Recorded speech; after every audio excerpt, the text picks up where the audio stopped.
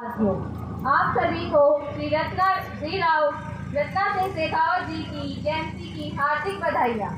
यह मेरा सौभाग्य है कि मैं आप सभी के बीच इस मंच पर उपस्थित हूँ। मैं इस मंच के माध्यम से अपने विचार प्रस्तुत करना चाहूँगी कि कुछ ज्ञानी कहते हैं कि क्या रखा है इतिहास में, कुछ ज्ञानी कहते हैं क्या रखा है इतिहास में। मैं उनसे यही कहना चाहूँगी कि ये बात जरा जाके उनसे पूछे जो हमारे इतिहास को अपना बनाने में लाखों खर्च कर रहे हैं, लाखों खर्च कर रहे हैं। ये इतिहास क्यों नहीं बनता जनाब, ये इतिहास क्यों नहीं बनता जनाब। इसे बनाने के लिए कुछ कर गुजरने का जुनून और बुलंद हौसले चाहिए। ये इतिहास क्यों नहीं बनता जनाब, इसे बनाने के लिए कुछ कर गुजरने का जुनून और बुलंद हौसले चाहिए।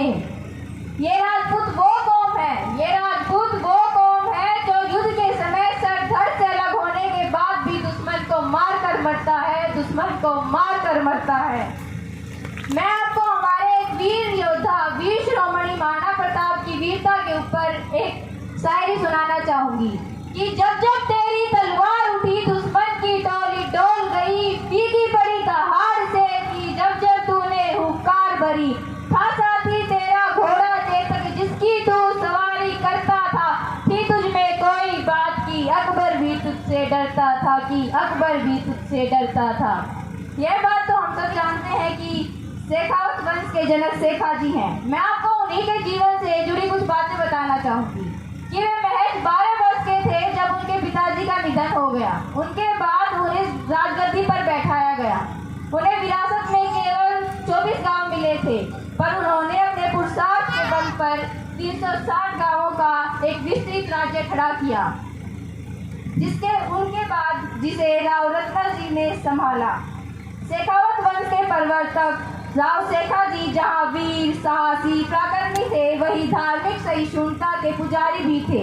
उन्हें इतिहास में सांप्रदायिक सद्भाव और नारी शक्ति के सम्मान के प्रतीक के रूप में जाना जाता है। अगर आपसे जीवन में कभी कोई पूछे कि राजपूतों ने किया ही क्या है, तो मैं बताती हूँ उन्हें क्या जवाब देना है। गीता का ज्ञान बताने वाला क्षत्रिय, शीश का दान देने वाला क्षत्रिय, क्षत्रिय महान क्षत्रिय महाज्ञानी, क्षत्रिय हुए राजा बलि या उकंठ हुए महादानी। कलयुग में ही क्षत्रिय राजपूत कहलाया। भारत को अखंड बनाना राजपूत, सनातन को बचाना राजपूत। अगर मैं राजपूतों के इतिहास और उनके बारे में अगर मैं विस्तार से बताने लगी तो न जाने कितना और समय लग जाएगा। इसलिए मैं अपनी वाणी को अंतिम 4 लाइनों के माध्यम से विराम देना चाहूंगी।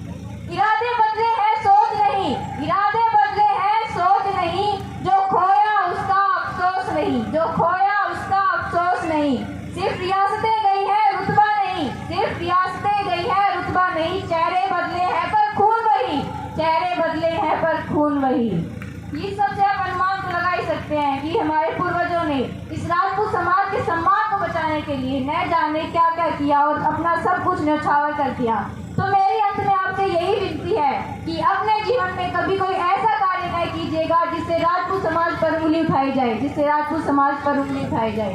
जय हिंद, जय राजपूताना।